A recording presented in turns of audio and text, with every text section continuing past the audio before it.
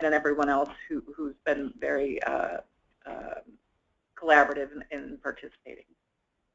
Yeah, I just want to say I think this is an amazing, has been an amazing process, and it has been a process, and everybody has contributed, and I think that the report reflects that, and I really trust that the commissioners will see this as not an end, but actually a beginning, and I'm hoping they won't be terrified by that prospect. I said to them when I presented at some point earlier in the year that you know, we wished we had a magic wand, and I think we're all still looking for the magic wand, but I think that we managed to produce some magic in this as well. So really, I think congratulations to everybody. So as Diane said, basically to walk through the document as it stands with hopefully no major changes at this point, since I think we're all a bit exhausted by this process. And Tiffany went through and cleaned up some of the, I'm going to say little stuff today and orientation, so I think we really need to focus on the meat of it at this point. So we can start with the executive summary, and in doing so, I would just point out that on my page 7, which I'm going to assume is everybody's page 7, there was a suggestion that we call out a piece and put that in a box in some way. So as we go through this section, I think we want to decide whether that's in fact what we want in this. So I think I'll just open it up and see what everybody has to say, or those who have something to say. So if I can pick up on the call-out box section, which I think was one of my comments, the reason for doing a call-out box on this particular content is to draw attention to it, because we've had a lot of discussion around how important it is for the Commission to sort of take ownership and lead the charge with other agencies. I would just suggest that we wrap the text so it's not like floating by itself on its own page. But that was my thinking behind it, so that that particular idea really stands out and doesn't get lost in the rest of the text. And I think, if I'm right, Hillary, if I remember, your suggestion for placement of the box was after the opening 3 paragraphs and before we got into the benefits of consumer engagement to consumers and the community. But I may be wrong on that. And Gary Vogan just came into the room for those that can't see him.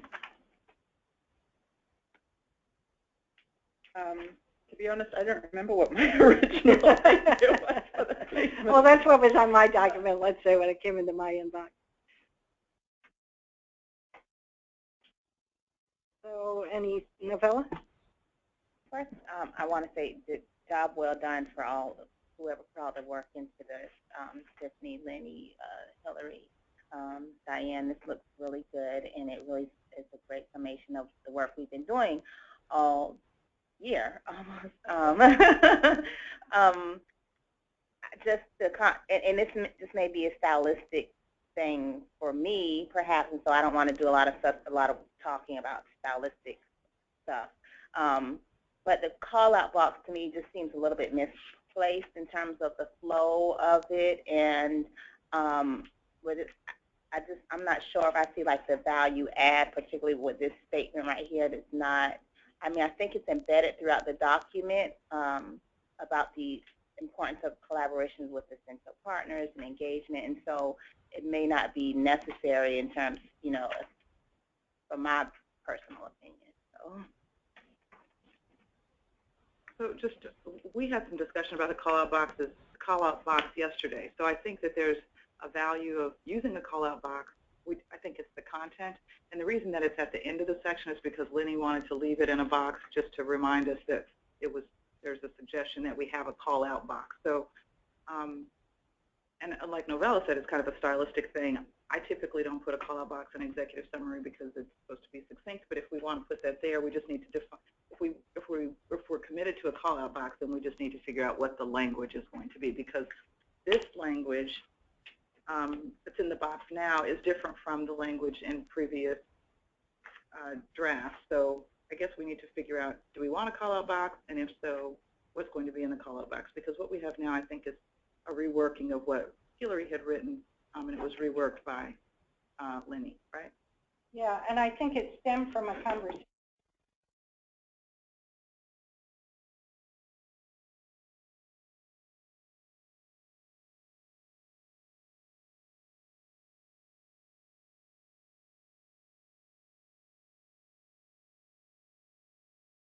Thank you, Kim.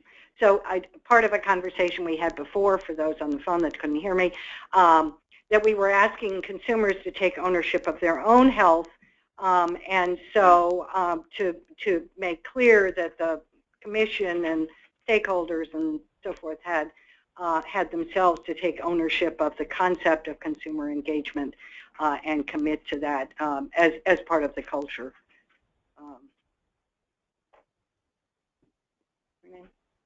Well, I don't know how you're going to go about this, whether you're going to take a vote or what. So, I'm not going to stab myself in the heart on this one, but I like them. I think for those of us who are people who don't always have the attention to read entire documents, that there are valid and important points that we absolutely want to hit home, and that so for people who aren't going to read this whole document, but for whom we want a message, it's a nice sort of stylized way to let people just know salient points. So that's just my thought about it. If we do it, I think we would, I'm assuming, do for each section we'd have one, or I don't know, or were we just talking about doing it for the? So Hillary had put one other in. Do you want to speak to it? Because Hillary's sort of our professional communications person. So essentially the reason is pretty much exactly what Karen Ann just articulated, that it helps draw the eye to key points. So I think that it's nice balance to have one with each section, but if we don't have something that we really, really want to make sure, you know, hits home strongly with each section, we don't have to manufacture ones just for the design of the document. But I do think that point about, you know, the leadership of the commission bringing together the other agencies, we've had so much discussion about it that somehow calling it out, and maybe it's not a call-out box, maybe it's that the text is bolded and a little bit bigger or centered, but doing something visual to draw attention to that sentiment. I do think that it could potentially be reworded depending on where exactly in the document we put it. I think people in my organization would say I'm the last guy you want to talk to about stylistic approach on reports and such. But to me, anything we can do to emphasize those key points and the consumer ownership of their health, their need to be engaged if we're going to be successful in this is a core issue. So I would like to keep it. So oh, go ahead, Susan. I think the call-out box is fine. I do think it needs to be more embedded rather than, and maybe just, you know, it's a style issue, but I think it does kind of drive those particular objectives that we're trying to get across, and brings it to the attention. So I would leave it, but I would change kind of how it's in there, whether it be in a box, a text box, or if it is just in fact, you know, italicized and bolded or however. Barbara? And I like the text box. I like the idea of having it parallel in the other sections as well. I would think that there is a lot of effort put into the other sections, so there is something significant to highlight. I do have to say, I have reread this multiple times, what's on the one on page 7. I don't think it's really readable, and I also may have read too many versions. I didn't recall that same exact language, because sometimes the text boxes that I've read just repeat what was elsewhere. It doesn't rephrase it. So I don't know what the style rules are for that, but I would say that I have difficulty understanding what that is. And I'm also not sure if the plan would demonstrate the impact consumers have. So I also wasn't sure with what is there as I'm trying to understand it, if it's the plan would demonstrate the impact, or whether the plan would lead to the demonstration of impact. Right. So if we want a call-out box there, then we just need to make sure that we're all, comfortable with the content of what's in that box and that it is a summation or a restatement of what's in this section. And I think what Barbara's saying and the concern that I had was just that I think this is important and that this kind of summarizes a lot of the things that we talk about later in the report, but in terms of being a summation of what's in the executive summary, I'm not sure that there's that alignment. So if we all agree that we want to use comment boxes, then we just need to figure out what's going to be in the comment boxes. So let me suggest that the executive summary is a summary of the entire document. And so this need not be a summary of the executive summary, but rather a very important statement that the executive summary is making that is embedded in the rest of the document. So can I just suggest, so we cannot linger too long on this one, that we are in agreement that this message should be called out in an appropriate manner and that it should be revised in a way that, to speak to Barbara's point, that makes it clearer? And maybe we could work with Hillary on that, since that started with you. Does that seem? Yeah. Perfect. Can I just add that we'll need to add some text that explicitly talks about the leadership role of the commission, because right now that's not explicit in here. So I think that's the alignment that's missing. So if we're going to reinforce that point, then we need to just kind of make it stronger in the executive summary. Right. And I think this version doesn't reflect there may be some language changes. Was that in the executive summary where it's an earlier iteration, or was it later, about the role of HSCRC? It appears later as well. But it's not here. It's not based in the executive summary. That's why I felt like it was a mismatch. So if we want to say that, then we need to put something in the actual summary. If we want to say that, then we need to put something in the executive summary that's a strong statement. HSCRC has strong leadership, and I just felt like it was misaligned because we haven't said that. So if this is the point that we want to draw out in the executive summary, then we need to put that somewhere. To clarify, executive summary has all these subsections in it, including, if I could say, the principal recommendations that say provide the leadership required for an interagency task force. So to me, how this is written fits with the recommendations, but we could very much do with some other language in the first paragraph about leadership and collaboration with stakeholders. Okay.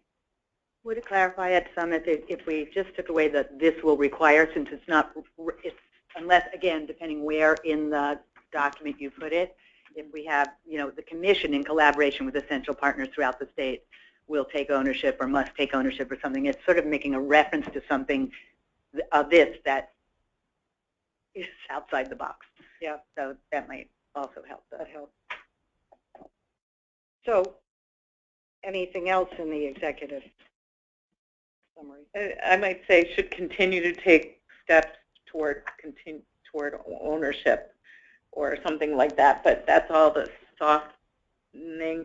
And then I agree with Barbara's point about, is the plan going to show the impact of consumers, or what happens from the plan going to show how, right, so something about how that's worded is could be clearer, and I'll take a stab too, along with Hillary. And Hillary, you had a comment. Did you have a comment? I did, but that's moving away from the comment. Yes, okay. It's about the section. It's about the executive summary. Yes. So I had two. The first was the principal recommendations on page 6. To me, don't really track very clearly to what's on page 25 and 26, and that caused some confusion to me as I was reading. Right. So if we could get some alignment in both places where we present the recommendations, that will help them to resonate more. Right, and similar to what Hillary said about the text box, these should be a shortened up version of what's actually in the final. Right, absolutely. I'll work on that. Because there's words like consumer position on the commission, that's not what's in the and we had talked about changing that, so yeah. And maybe if I could just pick up on that, although we may come back to it. So we had a very strong statement initially that we wanted a consumer position on the commission, and we had the discussion at the last meeting about the challenges of that. And so I had a conversation with Diane and Steve, and we massaged that language so that it was continued consumer representation, just to make it a little more commission friendly and respecting the reality of what we're dealing with. Gary has a comment. I knew it. Well, not having read that section, I'm not sure where you're referring to, but my issue was that someone needs to be charged with the principal role of being the consumer representative. And you could say that in continuing the consumer representation that in the current commission, we recommend that an individual be charged with specifically with the role of representing the consumer in consideration, something like that. Because it does seem to me like if we're going to say the consumers are at the table, there has to be somebody who, when they look around and say, okay, who's representing the consumer here, says, yeah, that's me. Yeah, I don't remember what my role was, but that's me. Yeah, so, I mean, one of the things that we discussed with Steve was, as we said, the challenges, because the governor makes the appointments. And so by advice, the commission can make recommendations. But also the idea that if they accept the Standing Advisory Committee concept, that the commission liaison to that would, in fact, provide that consumer representation that we're talking about. So this means that what we're talking about is 3B in the current version on page 6. And again, aligning this with what's in the document later on.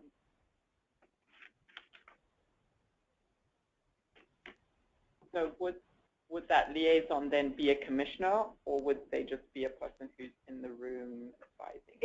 If we use the model of the Standing Advisory Committee, a member of the MHBE board, currently Ken Apfel, is the liaison to the Standing Advisory Committee and attends those meetings and reports back, and yeah. So we'd get the commissioner representing, charged with the role of consumer liaising and interest, would attend meetings. Mm-hmm. Mm-hmm. Any other critique ideas for the executive summary? Okay. So moving on to the task force charge and purpose and the methodology. Did anything strike you as egregious with those or ready for tweaking? Excuse me. I wouldn't have said it if you hadn't said tweaking. Silly me. Can we change separate but interwoven to something like separate but related, or separate but interdependent? And where, I'm sorry, Hillary. This is the charge. Page 8, the charge. The task force has had 2 separate but interwoven charges. And I will not say anything on that level again. my inner grammar. Your suggestion was related instead of interwoven. Right, because it's a, yeah. It's a conceptual paradox. What are you saying, interrelated? Related or interdependent. Someone added, we have woven. Woven appears a couple of times in this report. So we'll have to, I guess when we get to them, you can say if you switch this. Well, I think you don't want to say anything else about those types of things, so we'll follow the rule. Okay. We got it. I won't. I think we got it. The one, the one thing that I noticed was introduction and statement of purpose, having those together. I was wondering if that could be kind of separate it out instead of having having an introduction and then a statement of purpose. Just seemed like there, I don't know, to me it was like I would rather call it out in some fashion, that because I don't really see a heading that says statement of purpose. I think whoever put this in, borrowed it from the care coordination. I don't think it Does it matter? I mean, whatever. Yeah. Can we just have Okay. statement of purpose? Would you be okay with that? There doesn't seem to be an introduction, yeah, per right. se. Yeah, I'm not sure. That's So what, maybe like, just, if you want an introduction, put it in or there. but purpose, there you isn't don't even really want statement yeah, of purpose. Yeah, right. Okay. Purpose. Go on. We're just saying statement of purpose. Yeah. Okay. Certainly, I hope the commissioners appreciate this. Yes. I know. We're working like crazy. I don't know if we're there yet, but I'm confused about the background and then the alternate background language. So I read both. I know we talked a little bit about this last time. In reading both, it's clear one is just a succinct one paragraph, and the second one kind of lays it out a little bit more. Honestly, I like the laying it out a little bit more, but I was forgetting what the discussion was last time. So, in fact, in the last iteration, the alternate had been deleted, and you just had the 3 paragraphs. So, and then Tiffany put the alternate back in. So, yeah. Which 3 paragraphs? So what I did, so I had made a comment about, so in the alternate language paragraph, so it's just that 1 paragraph. It's either the first one or the second one, and then the rest is there. And the reason that I reinstated that one was because the style, you know, this earlier draft read like it was written by a bunch of different people, and so this, and we were short on time yesterday, and this one, the new paragraph didn't read like the rest of the report, and so I just left it there so that we could see the content and then the style, because it needs to be interwoven. It needs to be plugged in, and so we just need to clean up the language just so it goes with the rest of so that the style. One or the other. I was afraid we were picking between the 3. No.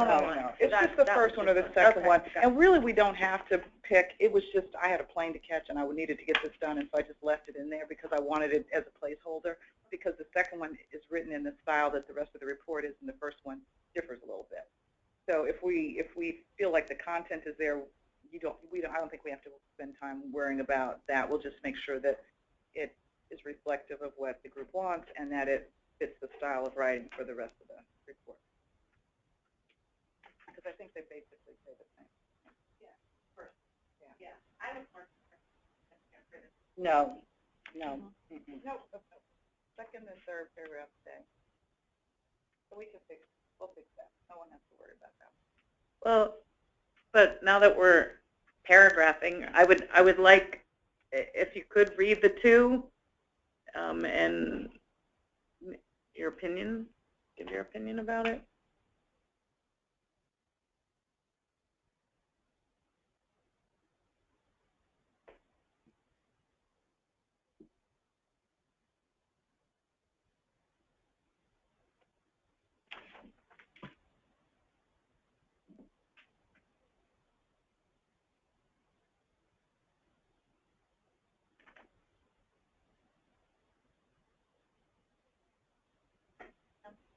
Linda Alzori is trying to speak, but she says she's not able to speak. Oh, okay. Well, she sent comments all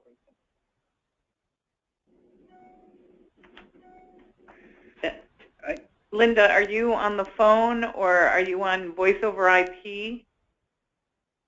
Because we could hear you earlier, and we'd love to hear your voice.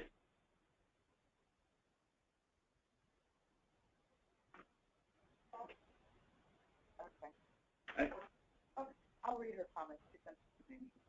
I would favor the shorter paragraph for background. Background is not what we really hope that the commissioners are going to be paying attention to. It's the recommendations, and the longer and more intensified the discussion in the background, the more it takes away, I think, from the rest of our report. So my bias would be to give a brief background. Whether the style matches or not. I'm not crazy about that. You can adjust the style, but less expansive would be my preference. So is that number 2? Second one? I like the. You can pick what you want to put in it, but I think a brief background, a single paragraph of background would be preferable to a page of background if we could get there. So yours, I mean, the background is the 3 paragraphs. So you have background as alternate and no, background. Sorry. You're picking, you either like this is the first paragraph of the background, or you like this as the first. The background is 3 so it's paragraphs only one paragraph total. that's different? Okay. That is correct. My comment on length makes no difference there. We'll just But ignore you. I do think the briefer you make the background, the better served we are in getting attention to the report and its conclusions. So, right, well, I was ready to jump on what I was interpreting as your suggestion that we have just 1 paragraph, and out of all these that are here, I actually like the alternate paragraph, and I'm not sure that the additional 2 paragraphs are necessary. Again, I'm trying to think. So this is a report to the commission, but we want other people to understand it, I guess, too. And my thought with the new background is it's talking a lot about what the HSCRC is all about, and I don't know if the commissioners need to know it. I think that second paragraph, the alternate, is better for people who aren't so familiar with the HSCRC and really don't care who the HSCRC is, but might be more interested in what it's all about. And I thought the alternate describes that better. But are you suggesting not having the other 2 paragraphs? Because I can give you a justification for those and see what the reaction is. Yes, why don't you do that? Because I wasn't going to say that until Gary suggested that that would be very brief. And so thinking about being very brief, could we accomplish that with what's already there? So one of our recommendations is a multi-agency task force, and this sets the context for that by demonstrating that there are multiple reform initiatives related to delivery system transformation. They rest in different agencies, and we don't say it, but you know, they're semi-siloed at the moment, and that's not going to be productive going forward. So this was in part to lay that on the table as background for how we got to the recommendation that there be a task force, the need for that. And could I add, like, so an analogy might be, you know, you have a 60 piece puzzle, and the HSCRC is a piece of the puzzle. We are not the whole puzzle, and so and we won't have success if the puzzle doesn't come together.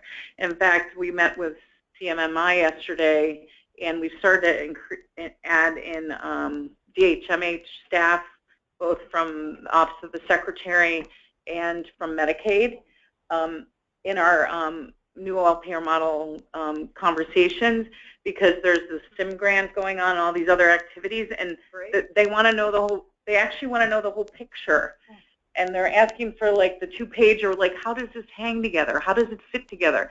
So I think that conceptually follows through, and how we're going to address consumer engagement. We're sort of all in this together. So I think if we leave out those 2 and 3 paragraphs, we're not setting a stage as strongly for that idea.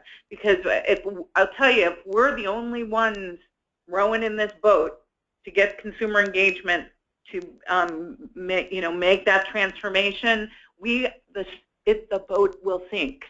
So I just want to be emphatic about that. Yeah. So here's a thought, because I agree that that's a really important thing to bring out, and that's kind of what we were talking about earlier with the call-out box number 1. But I also agree with the point that having a briefer background is better. Could we condense this a little bit so that we don't have a long list of all of the different initiatives and their description? Like, is it safe to assume that this audience knows what some of the other initiatives are, or do they not? I mean, personally, I think they do, but having worked in all those different buckets, as many as you have, I don't necessarily see, although this is a great sign, what happened at CMMI, I don't necessarily think that there's an understanding that at the moment health insurance literacy is sort of, I'm going to say, owned by the exchange, that they're driving that because of the enrollment of individuals, whereas other pieces are kind of owned by somebody else. So that was why it was maybe laid out in more detail, because I'm not sure that we can take it for granted, to be perfectly honest.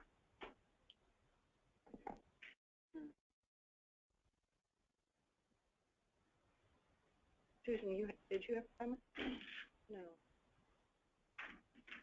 But maybe we can try to tighten it up a little bit. Yeah. So is there a sentiment about the alternate paragraph being the one with the more compelling language, if you will, or fitting in? I agree. Yeah, I would vote for the alternative one. And I think you can sort of combine, sort of short, even if you want the specifics of those lists, there's probably a way to combine. Some of those thoughts are redundant. So we can work on condensing these too. Okay. And then there was another call-out box issue here, which I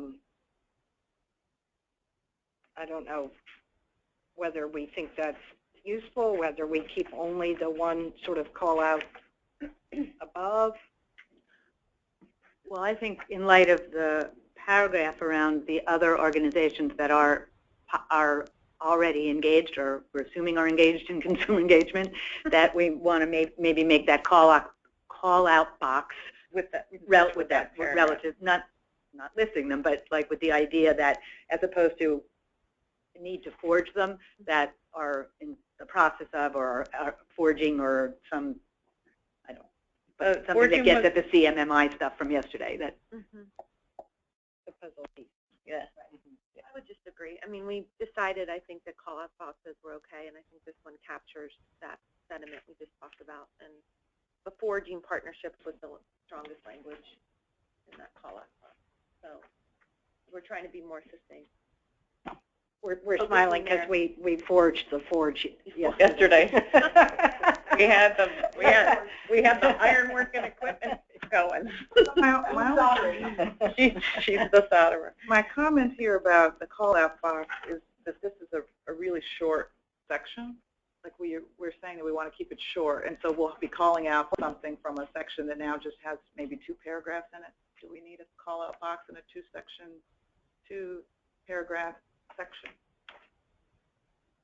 I think if it fits on one page, I would call it the one-page rule.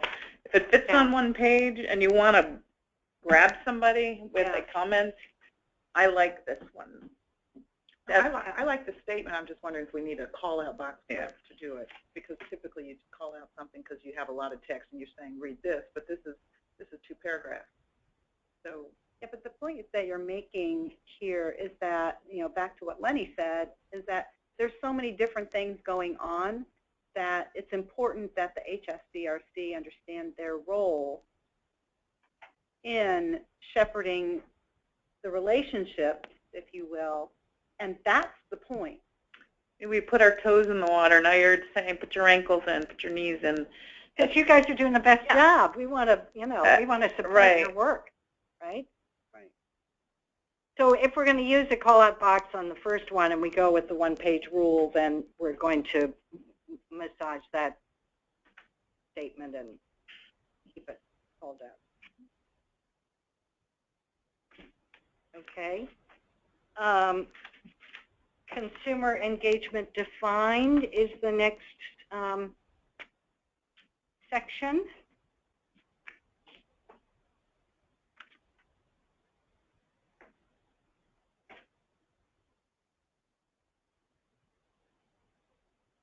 So when we say it appeared in the literature a little more than a decade ago, I think someone mentioned about references, adding references.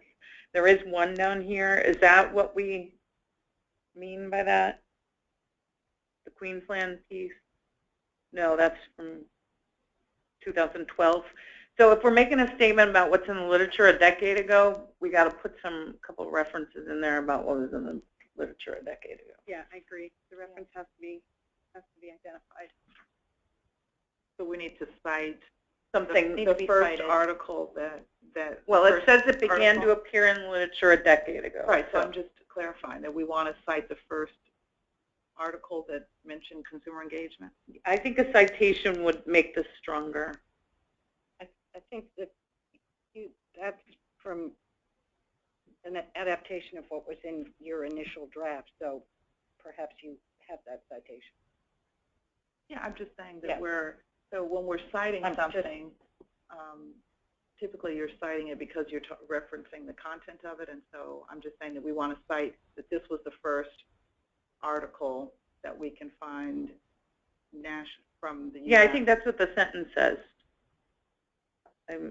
I might be wrong, but I'm just saying, so when I searched the literature, I was able to find about a decade ago the first article related to consumer engagement in healthcare. And so if you're saying to use that, so that article is not about we're the first article about consumer engagement, it's just talking about consumer engagement. So of course not. Right, so I'm just saying that we're going to use that to cite that this is the first article that we can find that talks about consumer engagement. I think that would be really good. Okay, I just want to clarify.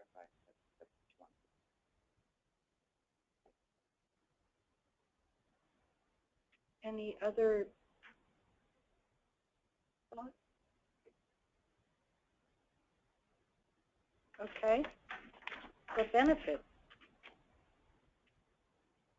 There's just some sentence fragments like below the italicized paragraph that like the word. You're back. I'm sorry. You're on defined. Yeah, I'm not going to make comments anymore about that. We'll just fix the sentences. Okay. So I fixed that one. Okay. The benefits.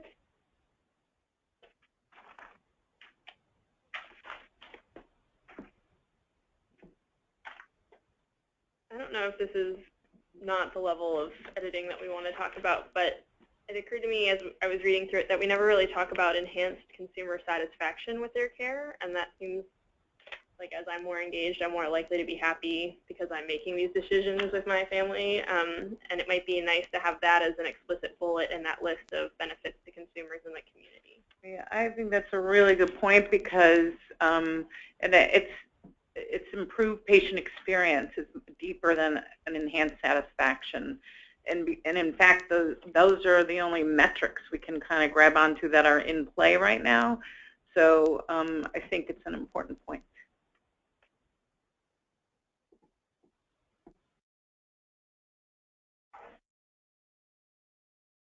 But I wonder, we mentioned this we have a subsection on benefits in the executive summary. I think something about that should also be, let's add things more to the front. And then there's nothing in the back. I'm kidding. Yeah. Yeah, 4. Page 4 is the first place we do benefits.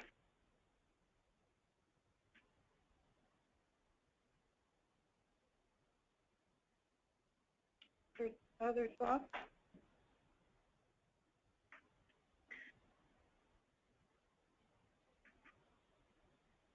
Okay. The path to consumer engagement? I had a couple thoughts on this area. Sure you do. That's good. on page 14, I think that the paragraph that's citing the Kaiser survey should actually go below because it is an example of the challenges that people are having in, you know, that was a survey of how people are using their insurance to access care. So it gives weight to the statement in the following paragraph. And by doing that, we can remove where it says anecdotally we know. I don't think we should put in any language that makes us sort of say, well, we're kind of just saying this stuff. I mean, we do have some rationale for what we're saying. We're not making this new thing up. And so we should use stronger language around that so that what we're saying can't be called into question. So, so the second paragraph is the one as illustrated above, and we delete the anecdotally sentence and then drop in the according to Kaiser. Right. Yeah. So that's a good change. There's also, I had made the point about whether or not we're going to use anecdotal stuff, because the previous one says we know once an individual has an insurance card. So I'm not sure who put that in, but do we have the references to support that as well? Because we're saying we know that this happens, but how do we know that it happened? I'm sorry, where's that one? So the previous sentence. So the one that talks about anecdotal and then the one before. So I had asked in a previous version, how do we know this, and do we have some citations? So do we have something that talks about? Oh, when they increase their card. Right. Maybe. Right. Yeah, I think it's still the same Kaiser study. Yeah. I mean, we know it, for example, from the focus groups that Primary Care Coalition did with new enrollees, for one, but the Kaiser one states it. So we're referencing that one, and then the other one about the access to care, we're going to find a citation, or we're just removing that one? We're removing the last sentence that Okay. starts anecdotally, we Okay. know. So we're moving according to that one after the subsequent sentence. So we're going to have to work that paragraph then because it's referencing the previous one. We can fix that. I just want to make sure that I understand the arrangement. I'm sorry, but as illustrated above is referring back to the graphic on page 13. So So what we can, but if we move according to the Kaiser Foundation and we leave in, we already know, we don't know that yet because we haven't read the subsequent paragraph. I just want to make sure I understand the organization. well, let's not. Yeah, I just want to make sure. So we're moving that down, and I'll just rework it so that everything flows and is in order.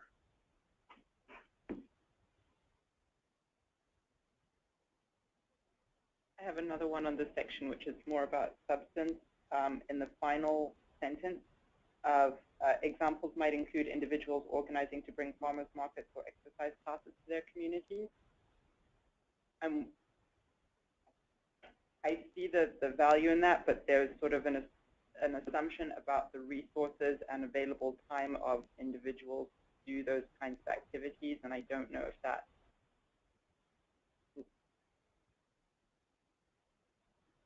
I think that it can be sort of exclusive types of activities based on the resources of the group. Right. Could we cite some more the examples about what we've heard through the process, like what Carroll County's doing, the school lunches, and the Eastern Shore, like the ones that we've actually heard about?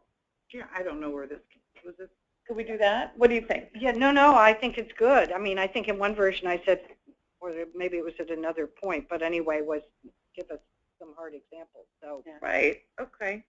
So I thought, do we know who added that? Because maybe whoever added that has the hard example. I added it, and it had a notation that said, give us some examples. Yeah. So, Right. So that's perfect. Yeah. Okay. So some real examples that we've encountered through our work process. And, you know, since it lives on a website, we could put a link to it. There's a lot of benefits to doing that. Yeah. Okay.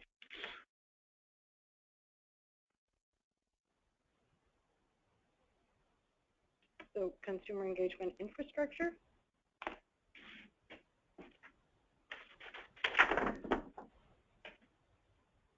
So this, let me ask about just structure. Maybe Tiffany knows is it a, so the subheadings below consumer engagement, the benefits are, like, I don't know if it's at the level of those, or, I mean, we can work through that offline, but I'm just wanting to know if this is like a,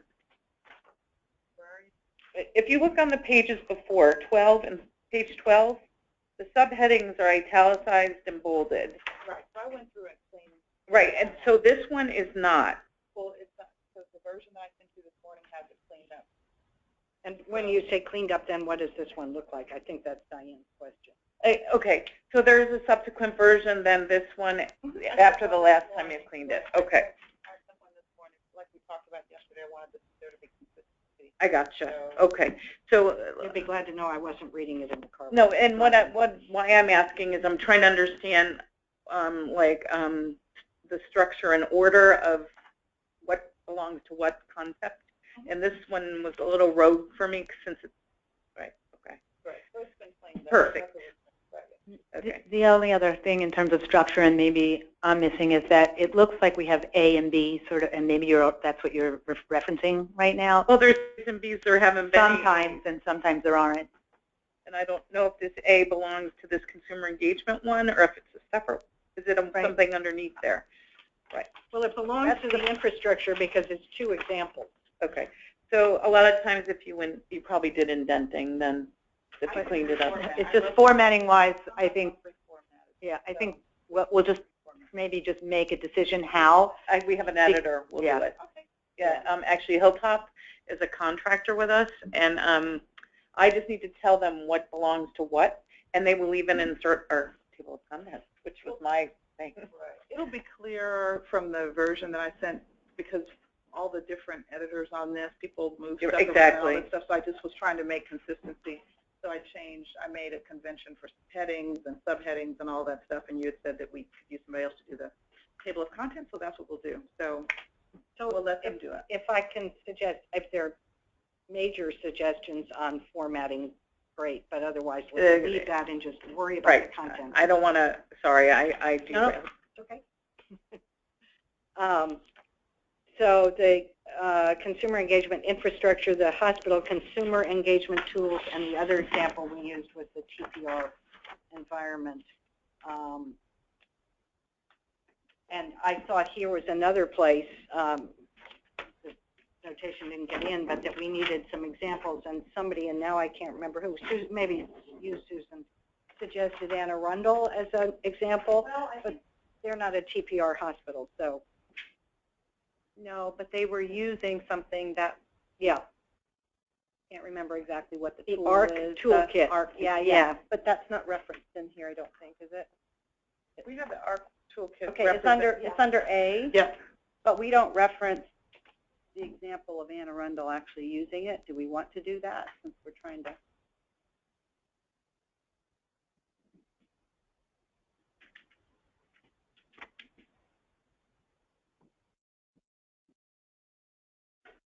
And call them out as an example.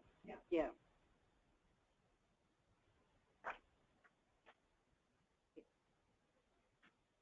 So we'll use the Carroll County example for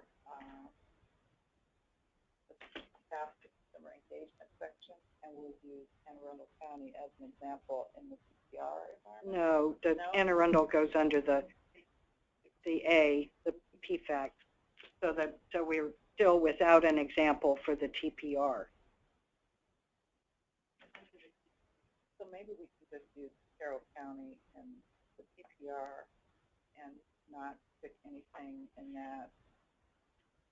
The path to consumer engagement, I didn't recall that we were talking about an example there. We can put it. We can get a TPR example. Suzanne had mentioned Western Maryland, but this one, So we'll just put that in the TPR section. Do we feel like we need an example in the path to consumer engagement? Thought before was that when we're saying they're empowered to act to improve the health of their communities, that an example there would strengthen it. Right, and we did 2 meetings, understanding what people were doing. Yeah. So I think it's important to use those examples too, because there will be others that know of them, and so you're creating a relationship based on these are already things that are in process in our state. We should cite those. Well, hang on one second. Yeah, I would just agree with that. Yeah, one example, and I guess Linda's not on the phone anymore, but that the Harwitz Center worked on was the program over in Worcester, right, with the Atlantic General and the schools on health literacy. Right. And they did no, this was actually integrating health literacy into the curriculum in the elementary schools in Worcester County. which wasn't presented to the group, but I think Linda spoke about it at one point. So we could think about that. Is that the one you were thinking of? I think that was one we talked about Mm-hmm. and have some ownership on the work group with, and included Atlantic General, the hospital. So would fit that.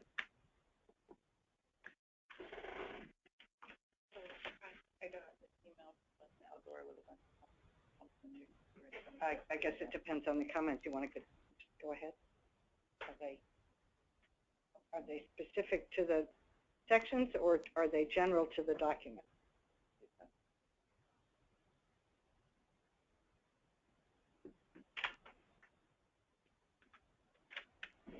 So right now, so Linda Aldori was kind enough to summarize her comments in an email, and I'll try to read them when they're relevant. So we've already passed the call-out box idea, but she said she liked the call-out box idea. She thought there were some typos. We got. I know we are not the ones to oh, well, I'll talk about that when we get to budget. But she says, in terms of health literacy standards, should we propose in that space one already provided or propose creating tailored ones? I'm happy to do this if needed. Is that referencing something section we've just gone through? I'm not sure. In terms of health literacy standards, should we propose in that space all ones already provided or propose creating new ones? Oh, maybe so that's in the evaluation, maybe? Or in the material section that we pulled out. Yeah, section. I think we're not there yet. Okay. Okay, the guiding principles.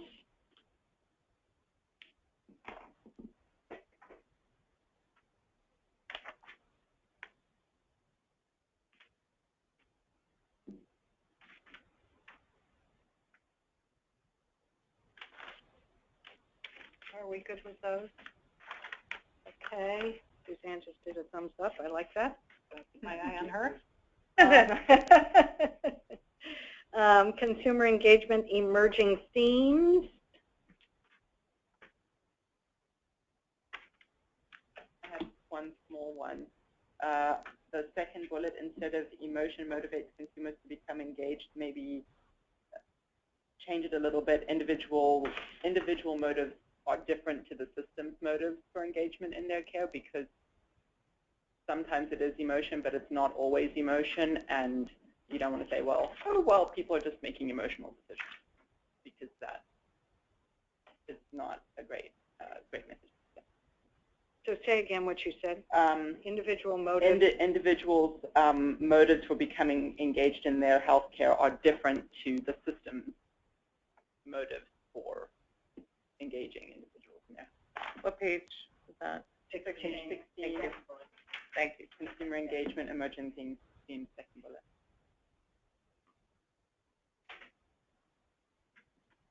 Are we liking that? I like it. The comment that I have is for this section, it feels like it's out of place, but I'm not sure.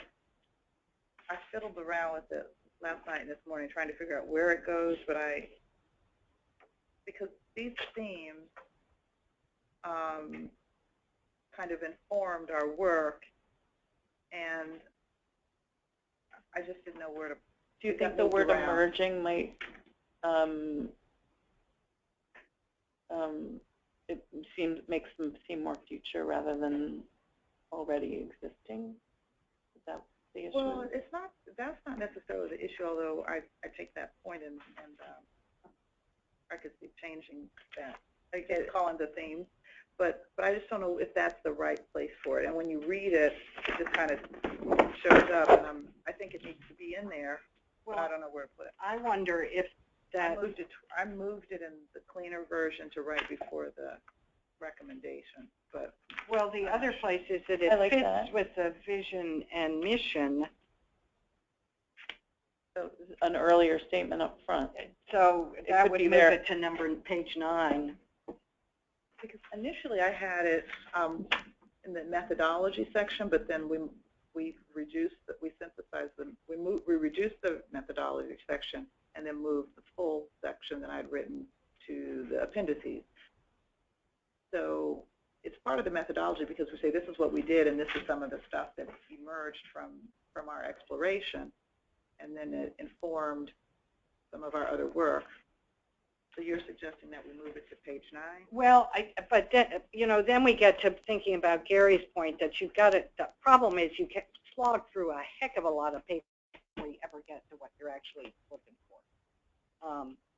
And that's just that's a challenge, whether it's here or on page 9 or. Right. We could, it feels like it might be all right to do what you suggest, Tiffany. What do you think? Which one? Sorry. To move it to, sort of what is, these things that came up during our process directly inform why we're making the recommendation. Mm-hmm. So that's, in the cleaned up version, it's right before the recommendation. Yeah. Right.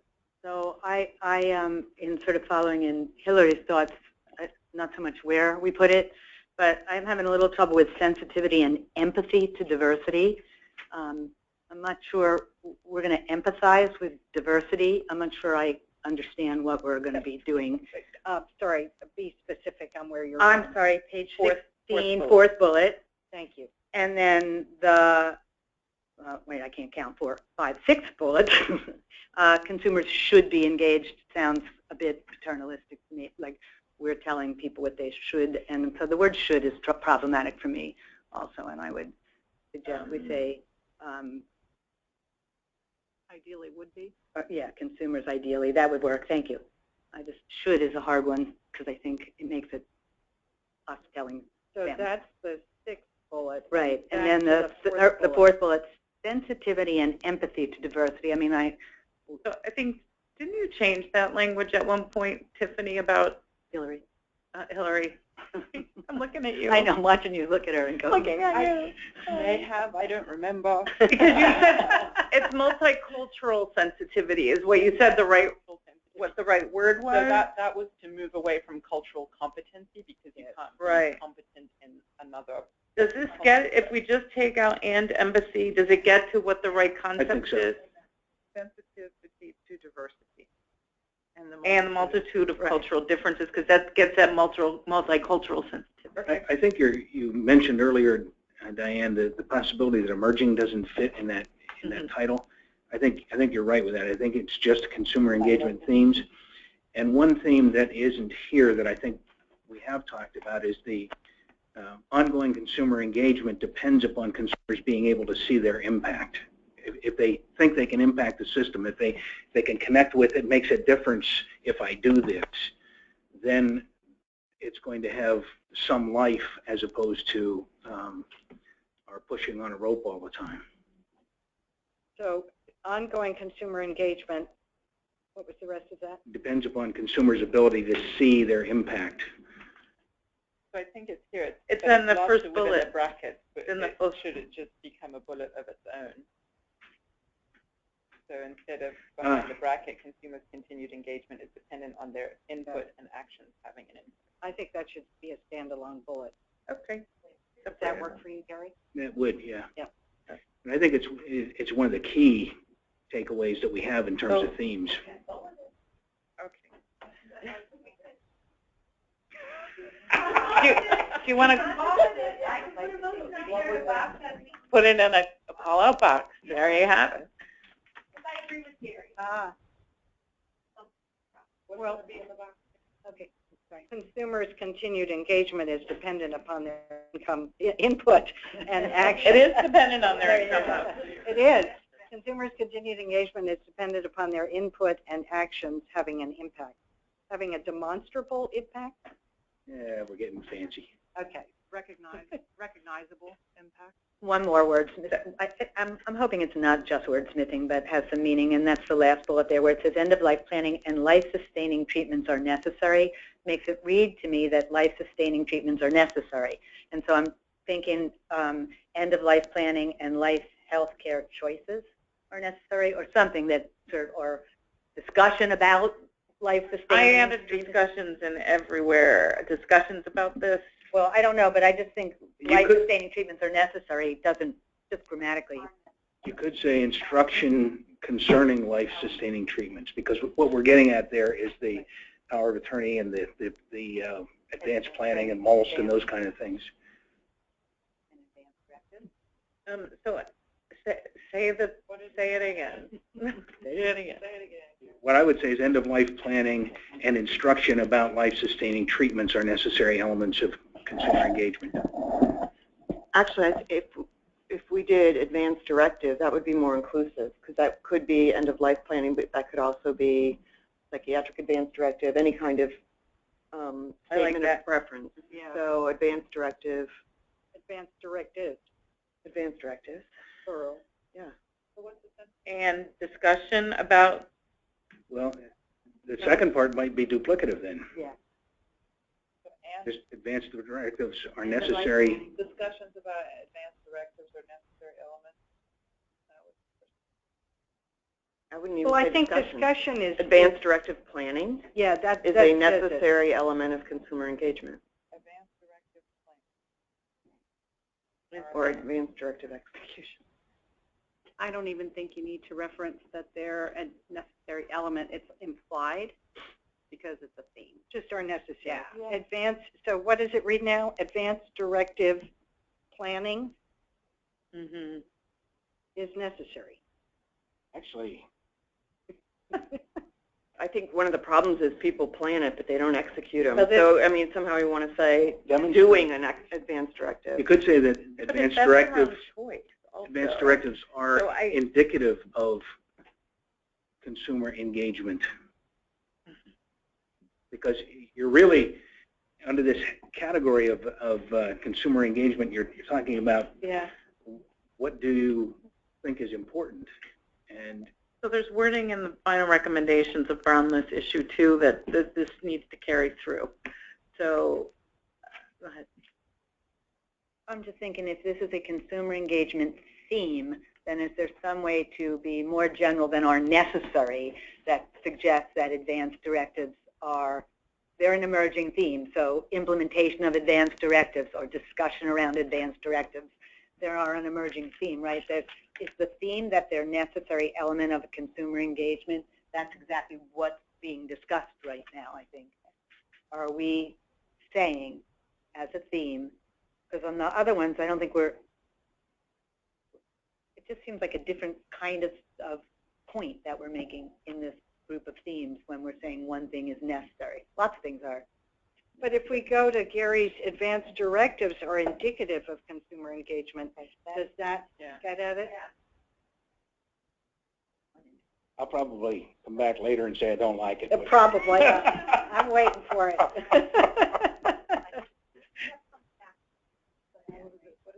It says advanced directives are indicative of consumer engagement.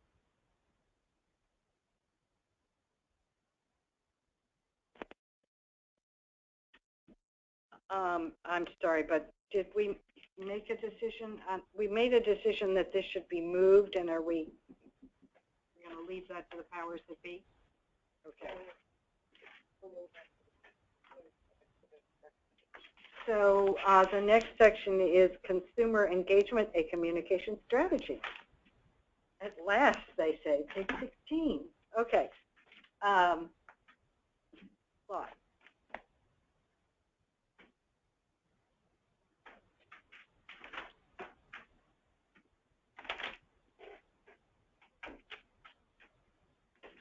Is the pyramid a part of this part of the discussion on page 18?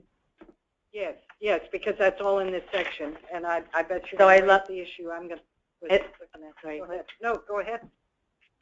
I love the boxes that clarify, and the only thing that I would recommend that when I read it, it says like need to know how to manage their specific health. It's again that same sort of language about them. And if there was some way to articulate it that says knowledge about how to manage one's specific health problems and work with a care team to stay out of the hospital, something more general than need to know how to manage their specific health problems. I would just sort of change the framework of that language, but the points are perfect in the idea of that clarification I love. Knowledge of care need. Yeah, I don't even need to. I mean, I'm happy to do it offline, but I just sort of, if we move it away from that sort of need to, even the second one, need to know in general where to go for, just something. So your initials are here to do the language, and I'm going to make Hillary do it. in an hour. It's in the hour. One thing I wanted to add to that too is the term of staying out of the hospital kind of just raises a concern about like rationing or something. So if it could be better stated as to prevent the need for hospitalization or avoid the need of hospitalization, something to that instead of staying out. Yeah, that's good. Right. Good. I think we had talked about this before and thought that it would be possible to put the number of people that applied to each of those categories right in the box. I forget whether it's 7 million in the general residents in the state and 10.9. and it's, I don't know, there's like there is a known number of people who actually use the hospital from the claims database, and then the third number was some other group had worked on how many people were in 3 times or more, and so I think that gives perspective to this. Put the scale in. Thanks. Okay. Messengers. So here we're depending on the emerging themes that came before. So we can't really say that if we're moving the emerging themes. And did we talk about removing emerging from themes? Yeah. Just do a page reference to wherever they move to. I already. So the first I have what Hillary said. I direct to the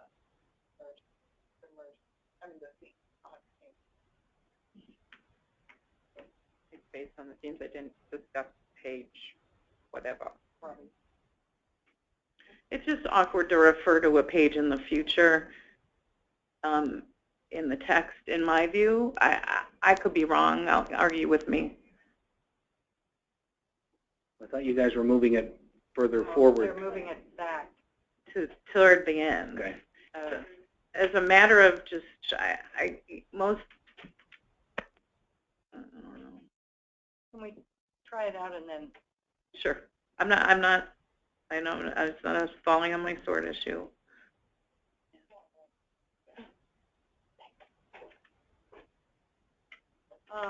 So, and then this is the materials development section, and I think that's where Linda's comment went.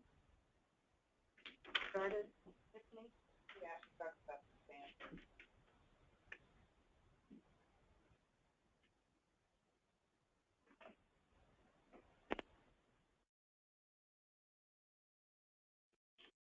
Because we're saying that health literacy experts are involved in the development.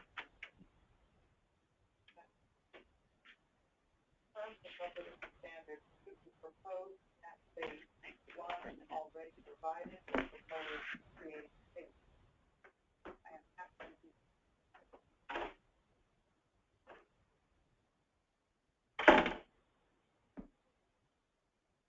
So that raises a question about the measures, because if we're using the CCAT, doesn't that include certain health literacy pieces?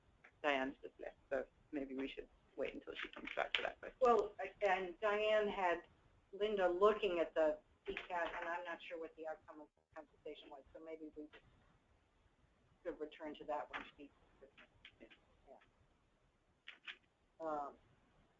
Yeah. Thoughts on any of the others? I think we nailed it on the Barbara. For some reason, I'm picking up on this now, and I didn't previously. For the general public section, the additionally targeted groups, it has members of town and county councils. What was, I don't recall what the thought was about why they would be interested and what role they'd play. Well, I think we've got an example in Montgomery County where they funded a health literacy initiative, right? Or access to the uninsured program that serves 30,000 people in that county. So, but I think it was more the idea of these are leaders in their communities. So if we need people to champion message, they have a platform. So they're just good spokespeople and ambassadors to their community. I mean, you could actually add school boards as well if you use the Worcester County example of Atlantic General. So, but maybe we need to stop this. Although we didn't actually put school board.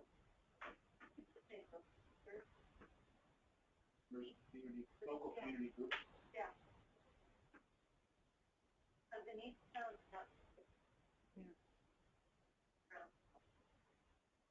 So replace members of town and county councils with local, because below that you have local community activists. Right, and that way it doesn't make it look like it's such an exclusive list. You know, a limited exclusive list that allows it to be incorporating and embracing a wide variety in each unique community. What if it's local elected officials and leaders? Yeah.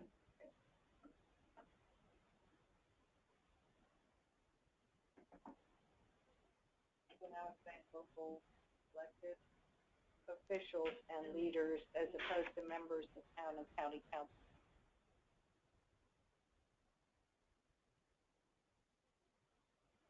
Before we leave that, what I just were, I just wrote based on like based on identified with exploration, the task force compiled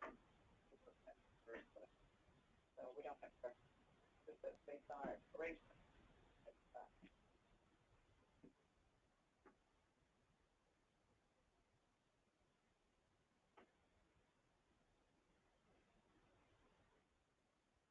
Okay, anything missing from that bullet list?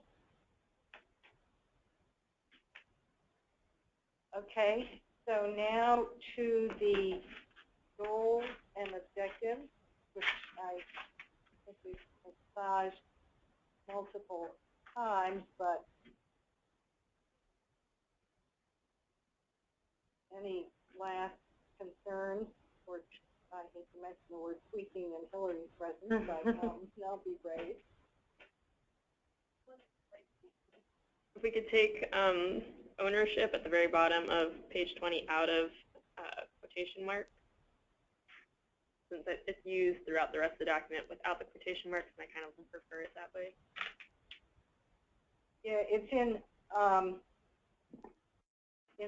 the opening sentence of that. It's own is italicized to set it apart from its own health.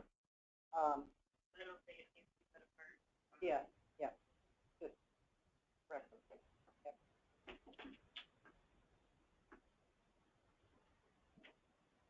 So these just borrowed from the case that we'll have to, well, the whole thing has to be, yeah.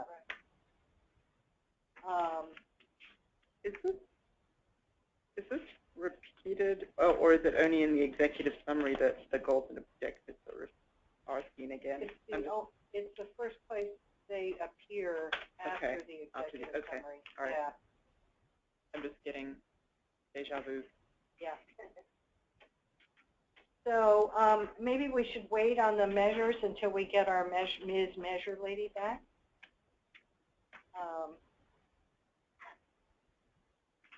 And look at the recommendations. So one on the recommendations, allow for continued meaningful ongoing role for consumers at the HSCRC. And so that 1A is the include continued representation of commissioners with primary consumer interest. This is massaged. Because in fact, they do have a commissioner now that is engaged on consumer engagement issues. And then the second one is the HSCRC Standing Advisory Committee, again, based on the MHBE, and it also references the MAC because when we did the language for MHBE, we looked at the MAC, so that's the rationale there.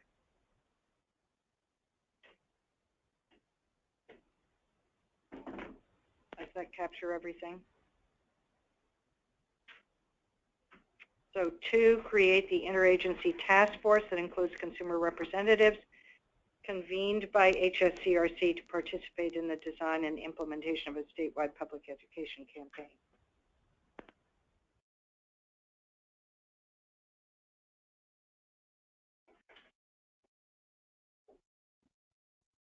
Is it the intent to have consumers on that?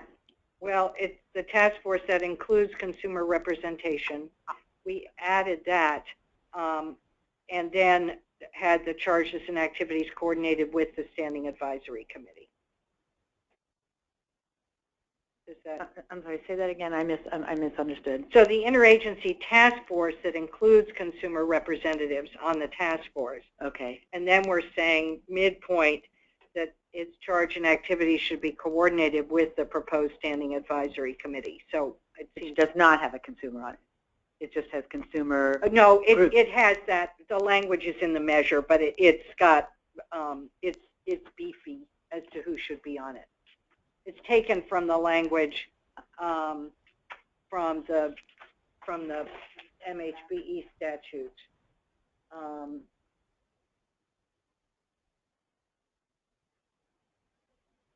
So the language. I'm sorry, and I'll let this go, but. So, and geographic diversity of, in B, geographic diversity of the state and a diverse cross-section of consumer groups and other stakeholders. Where's that? All I'm saying is, does that include, like, would we say consumers, consumer groups, and other stakeholders, or does other stakeholders incorporate consumers, or are we not wanting consumers on the standing committee? I guess that's what I'm trying to understand.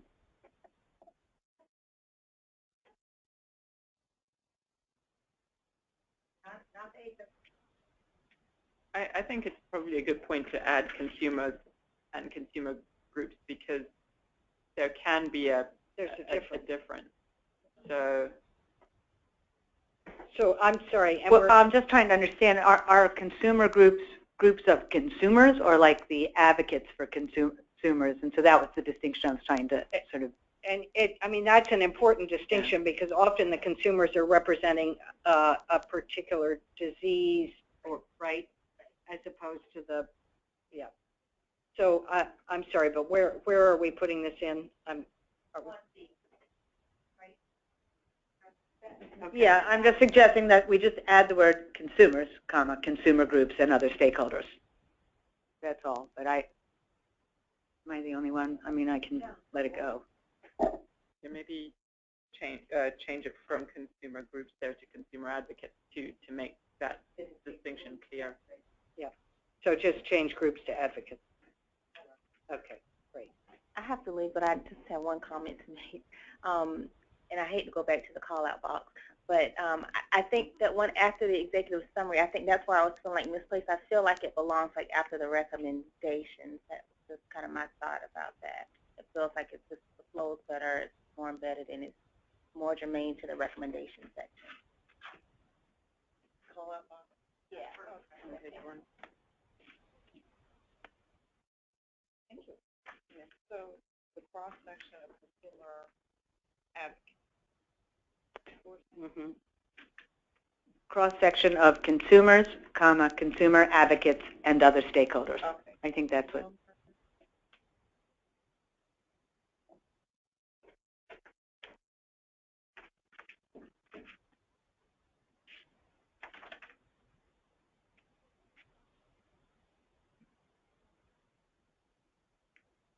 Yeah, and on page 6, that 1A needs to be finished. It's just hanging there, so that needs to be addressed. Okay, 2, the interagency task force.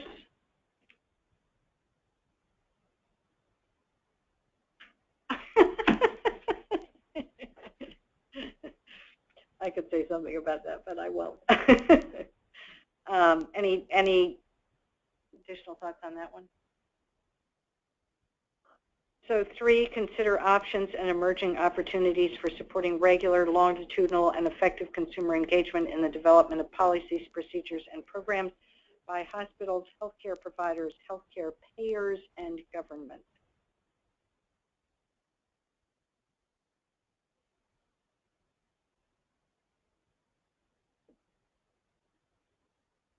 Do we want to say it more strongly? Then consider. Consider. Mm-hmm. Got a word? Yeah, provide what?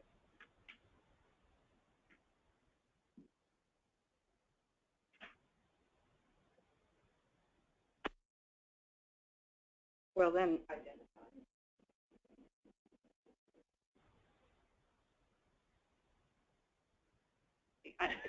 Well, provide. I like provide. I think identify is well, they identify it, but it doesn't call them to action to do anything. Provide says. Can you provide emerging opportunities, or can you just say provide options and opportunities? Yeah, take out emerging. Take out emerging.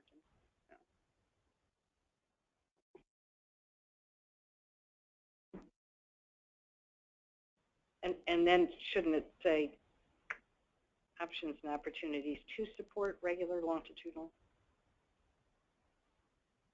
For that support.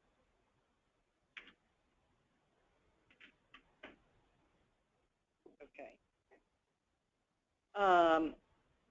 Number 4, in coordination with the Standing Advisory Committee, the Healthcare Commission, and other key stakeholders, consider development of a consumer gold star system for hospitals based upon consumer engagement standards to include website,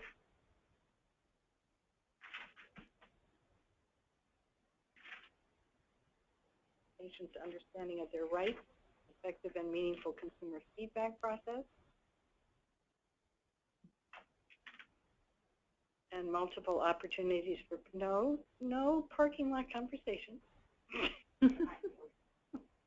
Did you have a comment? Grammar queen thing, but I don't know that you can ensure that people understand their rights. I didn't put it out there because I don't think it's vital, but it's just when you ensure, you have to be able to measure that, I guess. Would you change it to? Would you change that to educating patients about their rights? That's something the hospital can do.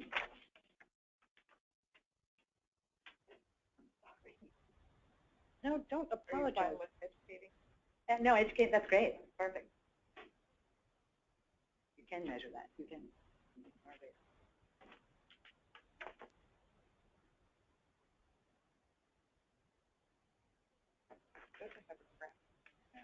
I'm sorry? It's good to have a grammar. Oh, she actually outdoes me. Oh, really? Oh, I think so. I admire her. I did see those papers passing between the two of you. So 5, promote the use of community benefit dollars to advance consumer engagement initiatives, particularly those supporting vulnerable populations.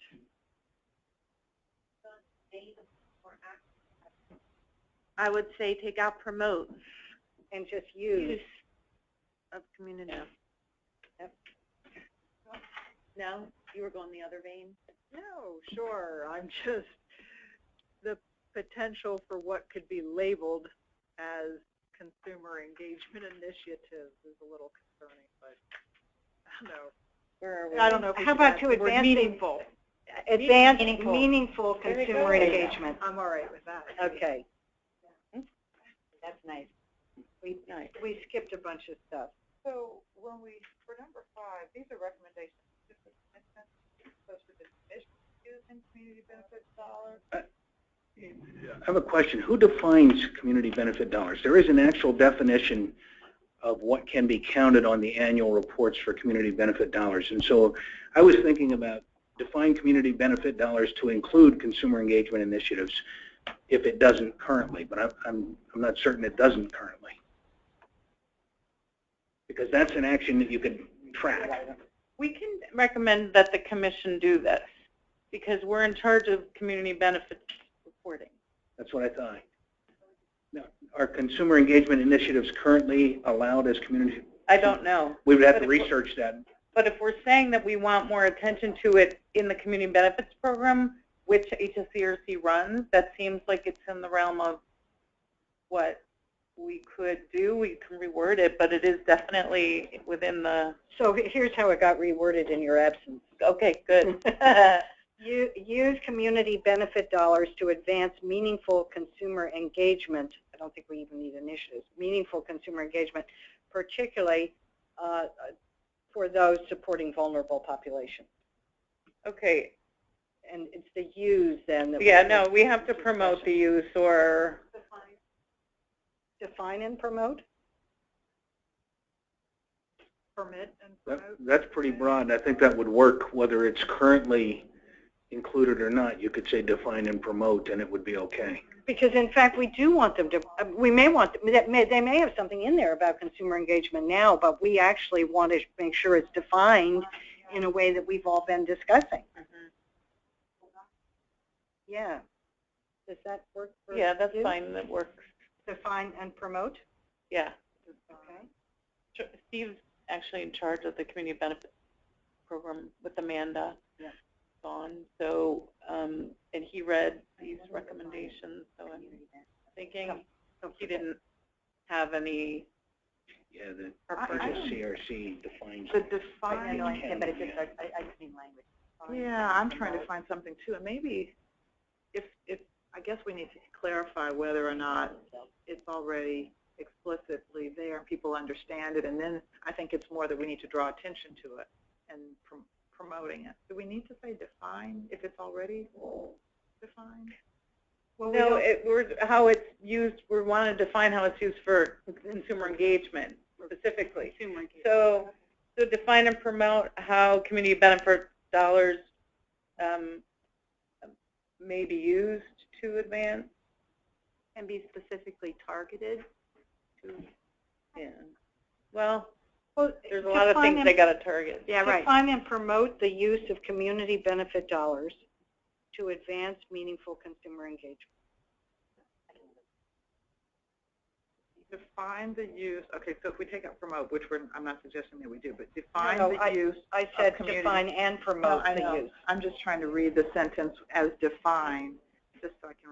I'm just trying to make it in my head. Define the use of community benefit dollars. I was struggling with it too, but I think how I reframed it in my own brain is if you're defining the use of the community dollars, in other words, you're going to frame how you're defining how you're going to use these you're going to promote it, and you're going to frame how it is you are actually using those. You're defining how you're using those dollars for meaningful community engagement, and that then frame it for you. Because I have the same trouble. How do you define the use of?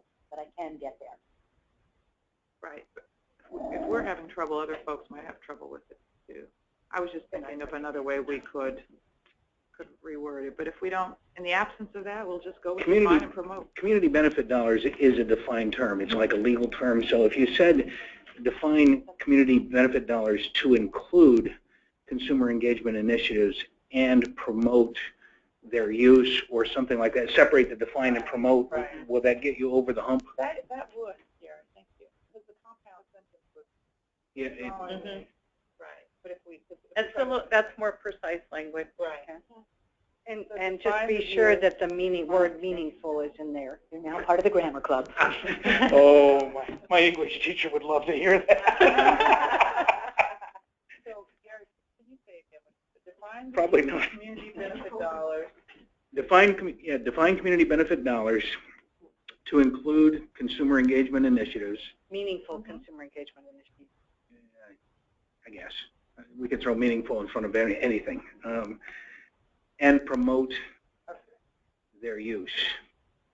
Okay. That feels better, a lot better. Thank you. So number 6, to continue to encourage and incentivize independent collaborative approaches to support patients who are at risk of becoming high utilizers, such as. Do you want to change high utilizers, Karen Ann? No, because you have patients who are at risk of becoming, so I can live with that. Mm-hmm. I would put people, but I don't call it patients, but I can live with it. Okay. Encourage hospitals to provide current, consistent, and transparent information on average procedure costs using data made readily available by MHCC. And new pricing transparency tools being created and make this available on an APM and or other appropriate websites. And then include patient and family decision-making and preferences about life-sustaining Should we treatment. just change that to advanced directives, like we did before? Yeah. Okay. Advanced directives. Preferences about advanced directives.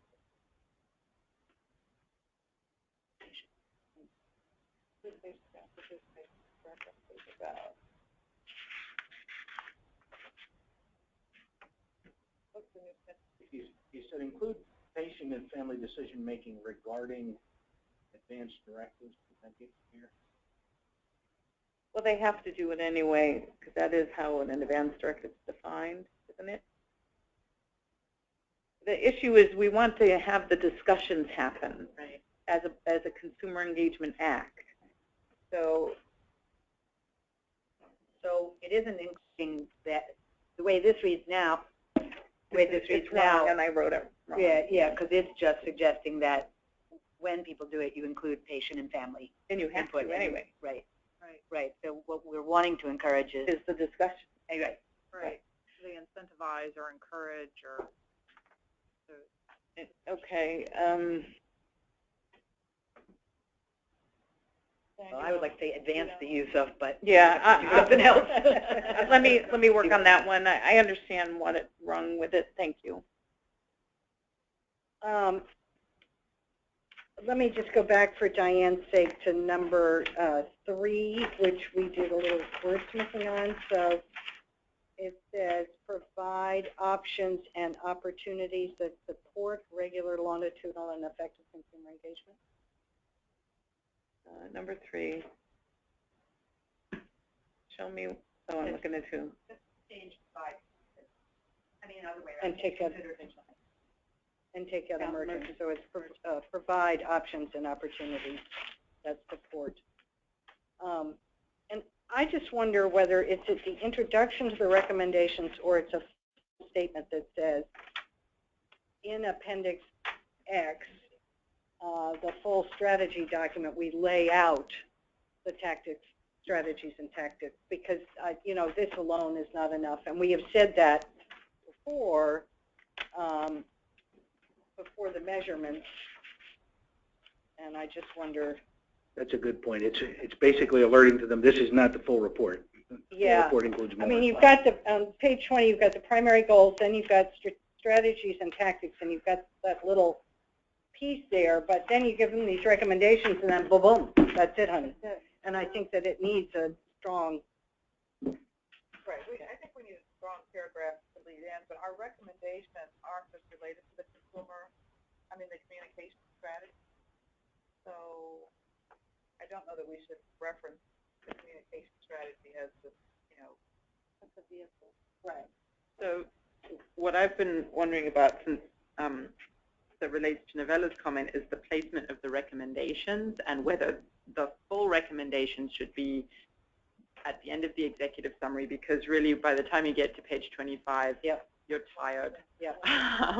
So if we put all the recommendations at the beginning and then that statement about the strategies and tactics could come at the end of the appropriate section, at the end of the consumer engagement strategy section, and then go into the appendices. I know there's sort of tradition about closing the report with recommendations, but I just think it's better to get the full set in front of people when they're fresh. And I think we'll still have, they still need to be at the end too, because the executive summary is a summation of the full report. We could do that. Still need the recommendations at the end. Put them in both places. Yeah. Okay. Because being practical about this, we're going to be one item on an agenda that these guys deal with, and they may not get past the executive summary and reading for it. Okay. So yeah, right. So swap out those revised ones, and then put an ending paragraph after the recommendations about the communication strategy. So, okay.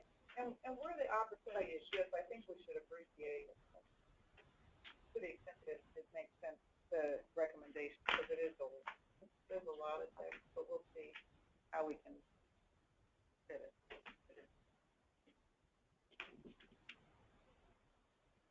Well, we might not need in the executive summary to put in all 10 of the categories of high utilizers. Yeah. Right. Exactly. Lenny, we're gonna lose some people. I'm gonna have to leave early today too. But before Kim leaves, I wanted to say, I don't know how many times we're going to be together again as a group, but this has been one of the better groups of people. And going in and looking at kind of everybody's differing perspectives, I cringed. But it has been because people can become so zealous about their own piece, whether it's the hospital or primary care or whatever, that other things get lost. But the engagement of this group has been outstanding, and I think Lenny and the staff have managed it very well to keep it productive. And I really appreciate having been a part of this group and having gotten the opportunity to work with everybody. I just wanted to make that statement because I'm not sure how many times we're going to get together, and I think this has been a really intelligent group who have discussed things from a fairly broad perspective most of the time. All of us slip back into our own language and our own preferences at times, but I think it's been a good thing to be part of. So, and I will have to leave at 11:30, but I really do appreciate having been given the opportunity to join this group. Thank you. Well, it's nice to have a man in the room. And also, really, Gary, your openness coming from a hospital perspective and being so, I think, really serious about these concepts is really refreshing. And we appreciate it.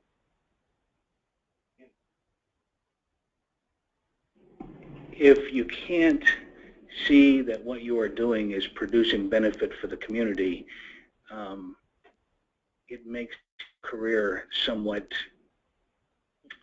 different. And I've had the opportunity throughout most of my career to go from looking at life as a series of objectives and assignments to looking at life as an opportunity to impact the lives around you. And I think that's something that I sense is shared in this group, and I think that's probably what makes it work. Yeah, well, thank you. I mean, I think we've all sat on many work groups and committees, and this has certainly been among the most engaged and committed and in some ways challenging, and I think that that's good, really. I mean, I think consumer engagement is challenging, and it's been fascinating. So I doubt this is the last time we're going to see each other. In fact, some of us are going to be moving on to other committee meetings next week. So anyway, it's been fun. Bye, Kim. Bye, Kim. Thank you. We know we're not losing you. For your sake, on the recommendations, the other little change there, but then we should talk about the measures because we didn't want to do that without you. Recommendations 1, the first one on B, in the second sentence that starts, I'm sorry, in the first sentence, it says diversity of the state, diverse cross-section of consumers and consumer advocates, consumer advocates, and other stakeholders. Just added that. I think that's all that we did in your absence. So should we walk through those measures? Sure. And Diane? Sure. So we do, in the paragraph that's introducing on page 21, the measures themselves, I did add some language like, in the second paragraph, the task force proposes an initial set of measurement tools for consideration. The issue here is that it takes an enormous amount of infrastructure and resources to set up something like a statewide CCAT tool, which does not exist, and we are sort of the jury's still out, and I'm hoping we can get some input from Linda. So let's stop you right there. Right. Because my question was actually, have you had conversation with Linda? But she sent in email about it. She just sent in a comment that Hillary was reading in your absence, so we need to. I'm sorry, Tiffany was reading in your absence. I did the same thing. Yeah. See? Well, this happened the whole time, so now I answered Hillary. I'm glad you have an answer to things worse than that. So. What's really fascinating is I worked with another Tiffany in a different situation and the same thing. It's 3 syllables and it's the Y. Double letters. Yeah. Yeah.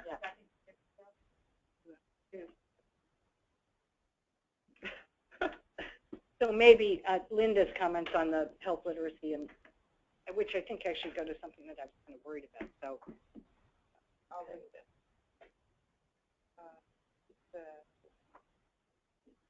In terms of health literacy standards, should we propose? Could you turn your mic? Sorry. In terms of health literacy standards, should we propose in that space ones already provided or propose creating tailored new ones? I am happy to do this if needed. I don't know what that means. So Hillary, then I ended up with a question around the health literacy standards themselves because my thought was that the CCAT was measuring specific things, and so within the way it does the measurement, there might be particular things it's looking for. But I don't. You mean that discrete questions from the literacy language services, and there's subsections, right? And so is Linda saying scrap this and she'll do it herself, or I don't understand. I don't know what she was. I mean, that's part of the problem. And she is the literacy expert. Yes, I don't see anything in the document that speaks specifically to that, except when we have that list of preparation of materials. Right. So when this is coming up, there are sort of existing health literacy standards that exist in a number of places, and the class standards are sort of defined standards that exist. So I believe that the initial thought, if I can remember back that far around this, was that we would use existing things. Yes. And so what I'm wondering, but we haven't specified which existing. So with class, we've been pretty specific about what we use. With the health literacy standards, we haven't. So my question then became, does the CCAT have any suggestions about what standards they would want to use, or does what we would end up measuring provide insight into how we would define the standard?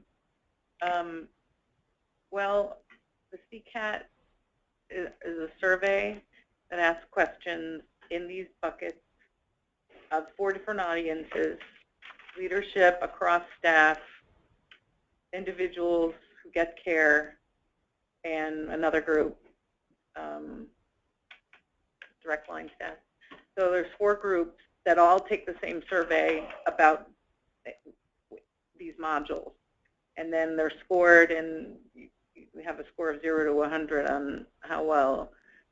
So presumably the instruments, there is a validation paper that it's been validated in terms of that use. So when you start to pick apart a survey and pick things from it, the validation occurred using 4 modules to 4 different audiences from different perspectives. I wonder, can I make a suggestion? That in the intro paragraph, as a result, the task force proposes an initial set of measurement tools, some existing. For consideration. For consideration. And then we mention the CCAT, and then say, in other cases, the group proposes to establish new measures. Is that where we could address health literacy specifically and say, you know, this is an area that needs more exploration. We may need some. And the CCAT doesn't exist for us either. Right. And I mean, it's an existing tool, but one has to adopt it. And whether you can adopt it in part or in whole, I think it implies that there's different scores. So you could choose the health literacy related to patient-centered communication over the language services, and Well, the last one is individual engagement. So would you choose literacy or individual engagement? Those are the dimensions of measurement. I think we should, personally, I would keep it in as it is now. You would. And suggest in the introduction, just, you know, specifically go to the question around these health literacy standards, and that this is a perfect example of where more work needs to be done. That, as I said at the beginning, this is not the end of the path. This is the beginning of it. Right. And call out. I mean, we say in other cases the group proposes to establish new measures.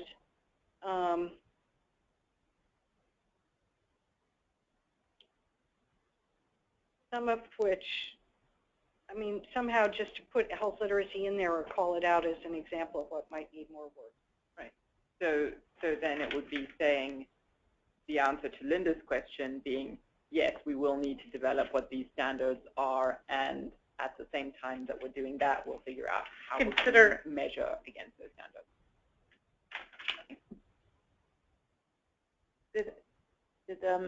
I think I saw an email from Linda when I was there, so I'll have to figure out how to respond to her email here. Okay. I'm not sure this is where she was referencing, but it's the only place I could find where what she said would go. But I wonder where we have the minimum considerations for materials development. I don't know if she meant there. I don't know. Well, except there we have health literacy experts, and we're not talking about. I'm just suggesting that was, I have no idea. She couldn't speak. She couldn't be heard. So she sent her comments and got off the phone. And while we're talking about this, I just want to make sure that I've read all of them. I know we are not the ones to implement, but I wanted to ask, my eyes are maturing. I wanted to ask if we could include some funding or financial need to make this effective.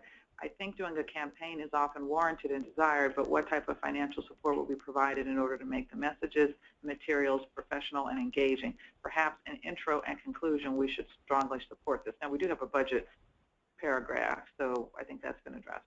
Then she says, in terms of implementation, while they should have the consumer group, should we include a recommendation about having communication and campaign experts on the same committee so that evidence-based principles would be combined with consumer-driven needs?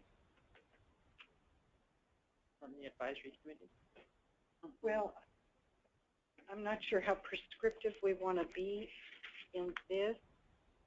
Do we add those to the laundry list of people? I mean, I think that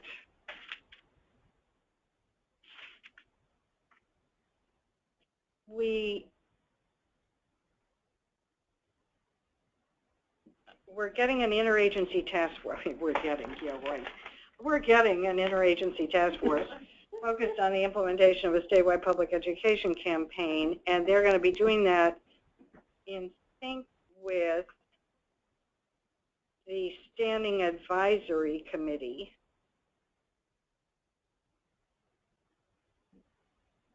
And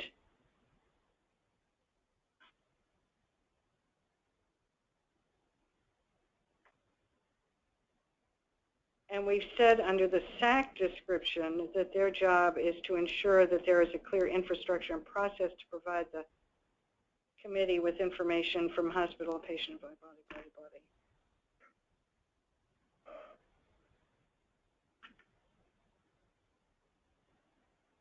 I mean, you could add communications and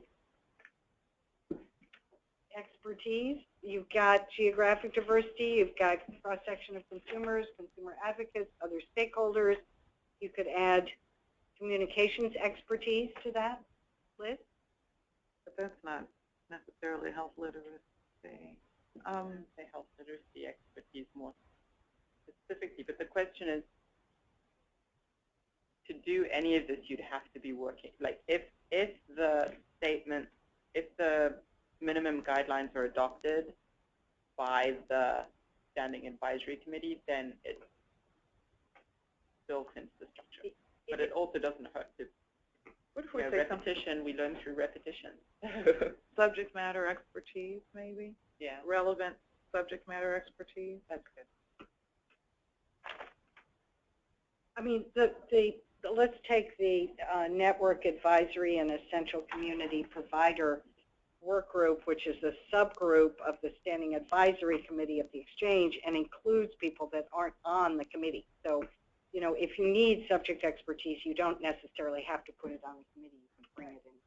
So I think if you're too prescriptive in this, you're making it a little challenging.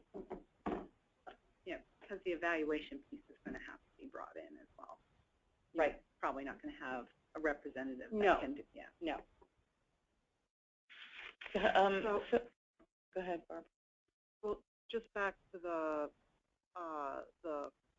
cultural and linguistic appropriate services. So if we're looking for measures for that. We should put the class standards actually in here. But how do you measure them? Well, that's what I'm getting at. So I Googled JACO because the hospitals obviously have an interest in being compliant with standards. And they put out a report on, I'd have to read it, but something about culturally appropriate care. But anyway, so they referenced the class standards, and they said that in California, the Joint Commission with funding from California Endowment is studying the extent to which hospitals are providing culturally and linguistically competent care. It was a 3-year project to gather data from a sample of hospitals, so that might be one place to look to see what measures did, you know, either what did they look for in the study and what are their recommendations. Well, I mean, or you can rely on the Joint Commission who reviews for accreditation. They have integrated the class standards into their, so it's a checkbox, but they're actually trying to validate that what they're checking off is valid. Yes, because they're saying, you know, we want to see whether there is compliance. Exactly. So if there's a policy there and they say this is how they do them and they list the standards, they can check all those boxes and the hospital gets credit for it in their accreditation unless there's some complaint process around, because they have to have a complaint process too, that people's individuality were not recognized or addressed by using the class standards. That, you know, they could have complaints like that, and JACO would presumably know about them because of the complaint process. But I don't know.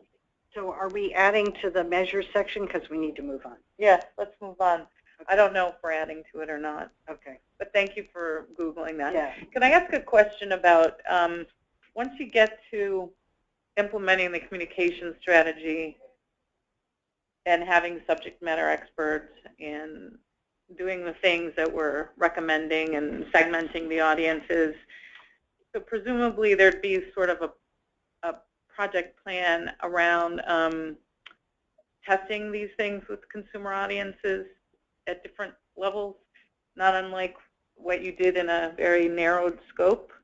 And we don't say anything about that. That's all. I mean, again, is that post? Yeah, I mean, the point's been made that we're not giving them a communications plan. All of that is within the communications plan. We're not giving them specific messages.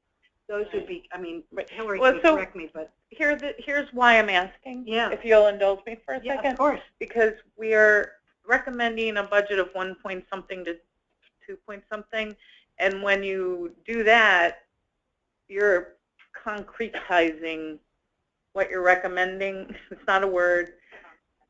It is. It is. And a step in that is a step in doing that and putting out a full-blown communication plan is to understand. Are we presuming that happens in the process? So let me.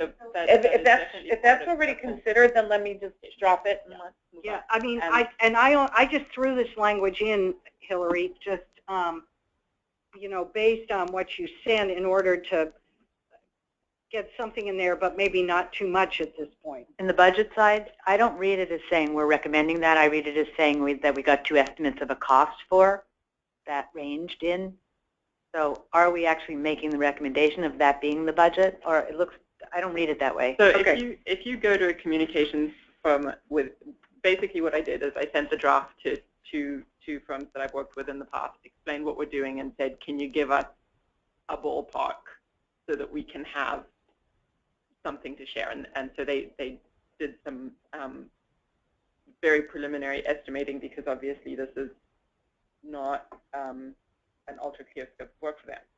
But in any communications campaign of this size, you're going to include some market research, which would include that method of testing. So that's my only question, and that's why I wanted to, because, you know, for instance, MHCC funds the convening of focus groups over there. Right. Well, and I mean, I don't know if you would want to do it this way, but like either of these groups would be fine with us including an appendix. They put caveats on their things. So if we wanted to do that so that it would say roughly what's involved, we could. I don't know if we want to, though. That was going to be my question. Yeah, thank you. But the other, no. Interrupt, but you could just make a statement saying for more information in terms of how this was calculated or whatever, what's included, that can be provided. I mean, it wouldn't necessarily have to go in the report, right? Mm-hmm. Yeah. It could just be a statement. Just further information can be provided. So further definite, yeah. The way it's presented, which seems a little unclear to me, is the 1.2 to 2.4 is just for the communications piece, and I think that we need to clarify the range for the care aspects, which were done differently. And the reason, so my question around that was that required more explanation than was in the document, it seemed to me. So again, I was just trying to put a placeholder in there, and if that wants to be added, then comparing that. The care aspects, I think there's and you and I and Steve talked about that. Well, that's true, yeah. There's the transformation grants. There's probably over $100 million in hospital rates that are all being pushed out in efforts to address and promote the care piece of it that hospitals have control over, but for their use. But I don't believe we should address that piece of it. Because the statement to say that the way it will work is different in different communities, and things are happening already. Yeah, really, really broadly. Okay. But I think the budget needs to be moved to the communication strategy section, because right now it's after the recommendations, and it's suggesting that all of the stuff that we're recommending is going to cost that. But that's really, fine. I just wanted to get something in the document for discussion. Right, right. So And it's just moving it. It makes sense to the way that you presented it, but it just needs to be moved to the communication strategy. While I have the floor, I want to read Linda's last comment, which is, should we also conclude by saying that we as individuals are willing to continue to assist in the committee and in implementation? And so the final draft of the acknowledgement was the members of the task force are grateful for the opportunity to inform that process and are committed to supporting this effort as we move forward, which I thought, Does that? to my mind, says that. It does. Nice job. Thanks. I just committed you all, but okay. So about 15 minutes left. Any last thoughts? And if not, Diane can talk about what's going to happen next. All right. I have I'm sorry. Yes, just two quick last thoughts, sorry. So the one is very simple, which is on page 27, where we talk about the funding opportunities are going to not just include state agencies and organizations, but also national entities. I think we talked about foundations, and I don't know if we're calling national entities, if that's foundations, or we might want to add the word foundations, because there are both local and national foundations. Yeah, I just put it in for. Yeah. And then the only other thing, which is broad-based. Also, other local and national entities. Sure. The only other thing that I want to ask this group, as the advocate for people with disabilities at this table, is in reading the document and in rereading it and in reading, just hearing again today, the culturally and linguistically, is does that for people here who are not in my world get it and address the issue of people with disabilities in terms of language level, size of print, different alternative ways to do these kinds of things for getting people engaged, or people with either intellectual or physical disabilities. And I just want to be sure that, because I'm so immersed in that world, that that language gets at that clearly, or do we need to add anything? And that's the only thing that we do have a section on 508 compliance in the material development minimum standards, but maybe we should explain what 508 compliance is. Would that help? Which is making sure that any material or form is provided in an accessible equivalent. So if you have a PDF, make sure that it's optimized for a screen reader. If you have a video, make sure it's got closed captioning on it. Those sorts of things in terms of materials development, right? Would that do it, or? It was page in the 19. minimum standards. It's the fourth bullet up from the bottom, or the fifth bullet down from the top. 508 compliance. So yeah. So maybe we should just. is it beyond electronic That's to Hillary just said. Okay, so you'll just all materials? say what that. Right. So 508 is usually for video and web.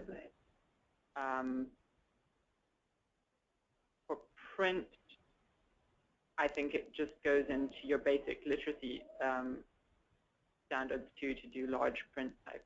Okay. So the second bullet is I just want to be sure that it captured it. Thank you. So does the rest of it is okay with you? Yeah. Okay. But we could also call. I mean, speak pull it now out and forever hold differently. your peace, because when this goes to Hilltop, right, it's going to take several days, and we have barely several days. So you want to talk about that? Yeah, what we'd want to do is give them 3 days at least, and that will be me sort of promising for foreign gerbils and stuff. Anyway, whatever.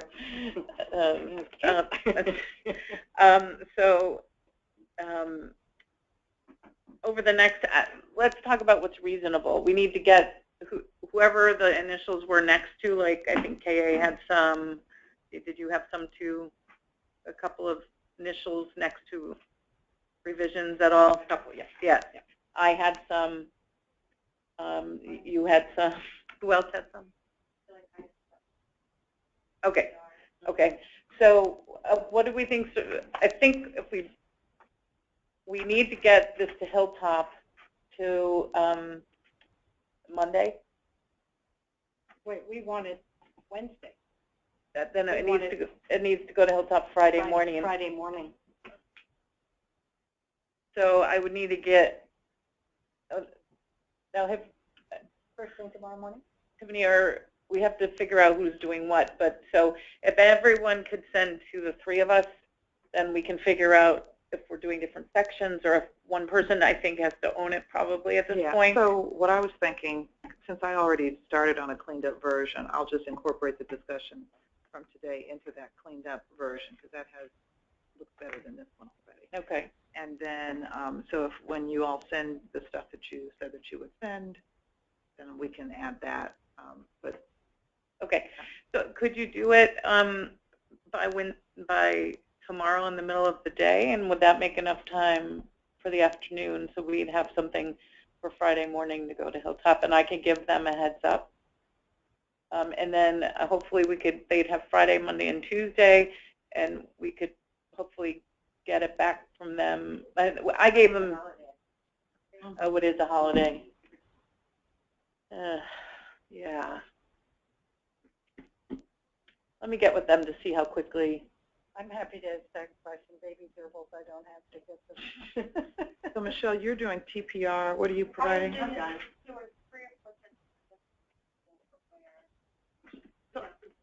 Right. Okay, I'll do that. Don't worry about that. And then Hillary, what was your assignment? The boxes. The call-out language for the call-out boxes and suggestions on placement. And What if we take a stab at edits to the triangle? Oh, well, Karen Ann just did edits to the triangle. I just gave her my tip. Okay. Just really picking up the fly off there, getting them up there. So I take over. Okay, need to know how to manage specific health problems and work with a care team to avoid hospitalization. Right. Okay. Yeah. how about if we, and then the number of people needs to go. yeah, and that was that's me. what Diane's going to do, Okay. right? Yeah.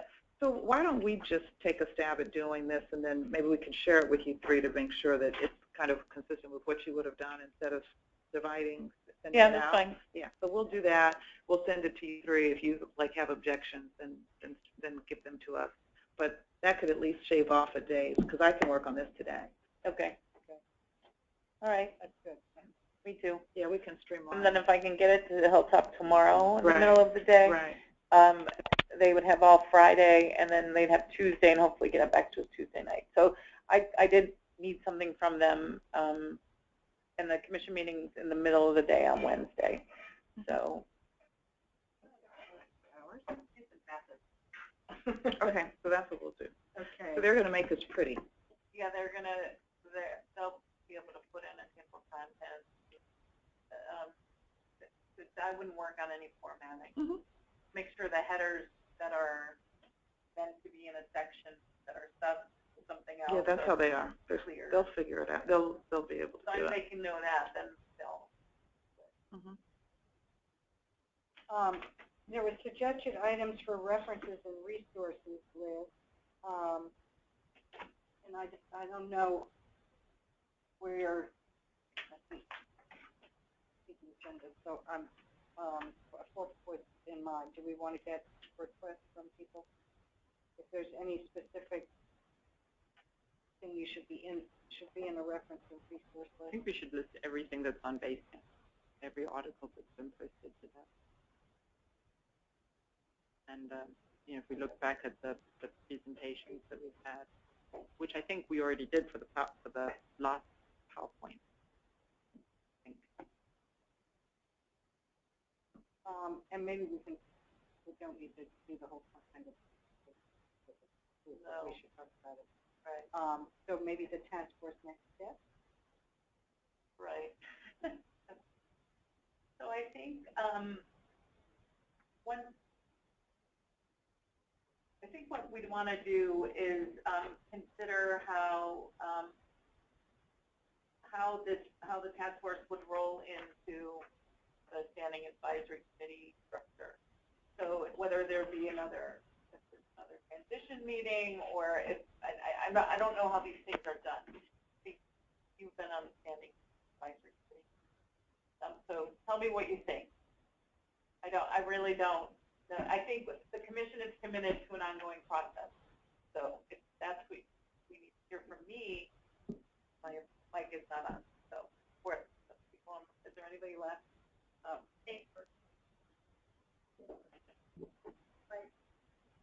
Okay.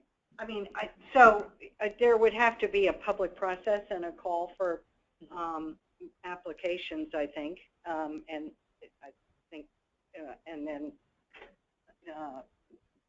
you know, we'd be actively looking for the right people to put their applications in, and hopefully that would include many, if not all, of the people sitting around the table. Right. Nothing else to do. So there may be some question about, like, for instance, if we want to make sure we specify the interests that are there, there could be some important language and something like that. So that might be something that we'd pass under people's. Yeah, so for instance, there's no payer on this. I mean, that's somebody that you want at the table in a more, you know, you want those voices, right? So I think that that's a perfect example of where this group could still provide value added to the commission as they start to but it's their call as to whether they ever want to see us again. Well, and so I really don't have an answer about whether the Right, it's their, yeah. Presuming that these things all sound completely reasonable, it's the first and the only thing they've received in a broad scale around consumer engagement, and I want to acknowledge certainly the work Healthcare for All and the efforts, but they've been very enthusiastic about that effort as well. So I don't really see that. I've not heard of a barrier at the moment. Donna's in Paris, so hopefully she gets back okay on Monday, and so we'll have to get this under her nose as well, or as quickly as possible, and that's tried to keep Steve engaged. So that's kind of where I'll leave it. Well, and I mean, so the grantees for the planning grants have technical assistance webinars, and Diane and I are doing one next Thursday on this whole consumer engagement process and providing them with tips and things. Right, and it is much more focused on what the pragmatic things are that you can do, and how you want to measure it and why it's important at the care provision level, at the grantee level. So it's rather than, but it's also delivering a message that we're committed to this at the state level. Yeah. So, so presumably we're all systems chugging forward. Yeah. Well, and for the HSCRC, for the commission meeting next Wednesday. Oh, right. So we'll do a PowerPoint, and Hillary is going to be there in the position at which you're sitting right now, I think. Right? Right. So we haven't done that PowerPoint. We're just getting the webinar and the report out. So, so we'll build on what the presentation that was done the last time and not make it too repetitive, but recall what they had heard. So, and happy to have anybody else who is free next Wednesday afternoon. Right. If you all would like to come, you can see the firsthand the wonderful HSCRC cogs moving, and one of the items is another thing I work on, which is the quality-based reimbursement programs, fiscal 18 draft recommendation. So, and that, and there are several other things, but I don't think it'll be too long or intolerable of a meeting. So, if you want to come and stand up and be recognized, we wholeheartedly invite you to that, so that we can acknowledge your work. I don't want to stand up and recognized, but I don't want to stand up or be recognized, but I'm serious. So. Oh, okay, sure. They start at 1 o'clock, and I forget where this. There is also a webinar. Should you find yourself somewhere other than here and didn't want to stand up and be recognized, but your name will be up on the screen as one of the people. Yeah, so you'll be held responsible. Right, and it's like the 500 and something meeting of they've been meeting since late 70s, I believe. So in something, yes, the commission meeting. So it will be in the official public record at this point. And unlike MHBE meetings, for those of us who'd love to go to those, they actually encourage public comment at these meetings. Should Right, there is a sign-up process too, so anyone who wants to sign up or make a comment is also encouraged to do so. And so I would just suggest you remember that for the future too, because in fact, that's how I got to my seat at the table, was standing up and making public comment. So it shows that consumer engagement works. That might not be a lesson that we want to use. Yeah, I doubt it. One thing about consumer engagement folks is they're not quiet and full of good ideas. So, and there is, again, no public here. So, and is there anybody left on the phone who's raising their hand, Kim? And I think we should acknowledge the incredible work that Kim has done, and also Greg, as far as making all of this actually happen. Yeah, yeah. And you all know, I'm sure it went up on Basecamp, so you got the email that Suzanne's report has come out, right? Did you want to comment on that? Great. I think it's going in the packet today. That it will be posted if it's finalized on the website. So in every commission meeting, on the commission meeting page for the date, there's a pre and post packet link. And so the pre-packet will have your report as well as that QBR thing I was talking about and all the other stuff that's going to be in the meeting. And the post packet will have this report and the slides because we're working to the end. I don't know who that report has gone out to, but there was a task force that met once, I think, in January, February, anywhere, wherever Tiffany and I first met. Did the report go to all of those task force members as yet? It's in process. Oh, how nice. That's a great idea, actually. And we also have a meeting. The combined task force has a meeting on Friday to talk about it, and then Cindy's also planning a meeting to present it and discuss more with the full task force. Task force. Oh, that his task force. And I imagine there are other sorts of listservs and dissemination vehicles, like through the Hospital Association sends to every group under the sun. We have a. Well, they've been panting to get a hold of this, so you can be sure we're going to be sending it.